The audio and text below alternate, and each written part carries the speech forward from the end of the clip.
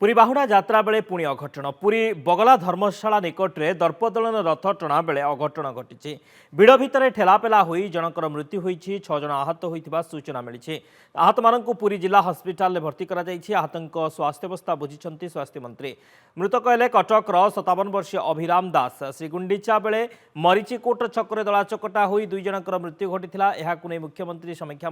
बाहुड़े नजर रखा निर्देश देते सत्वे आउ जनक जीवन जाइए चलित वर्ष प्रशासन सबु प्रतिश्रुति फेल मारी गत वर्ष दलाचकटार जाइथिबा 3 भक्तों प्राण जाइथिला तेबे ए वर्ष गुंडीचारे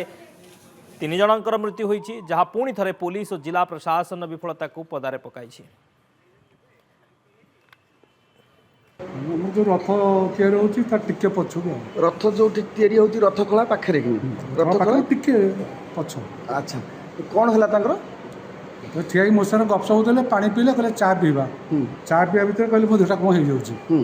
आम आउ से पिंडा पर उठी गलु से बस पड़े बस पड़े तापर बस लोक तो कौन जावासा लोक जो भिड़ आसिले लोक आम कि पेलापेली करके लोक साइड उठेदेलु उठा भितर से पुणी आउे शोई पड़े भल लगे शोई पड़े से ट्रेचर आणिकी जाइए से मेडिकल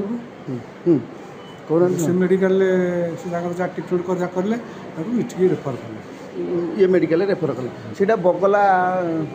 पाखे गोटे अच्छी हाँ गोटे टेम्परारी हॉस्पिटल रसीद आम ट्रिटमेंट रसीद मत ना कौन कहते से जो लोक नहीं आसिले आपण पड़ोसी अभिमन्यु अभिमन्यु दास अभिराम दास सी आप पीजी कॉलेज होटेल लेक्चर होते अच्छा अच्छा और ठीक अच्छे तेणु नाटा अभिराम दास को अभिमन्यु दास से कन्फर्म नहीं अच्छा ठीक है आप पड़ोसी कटक रोचे।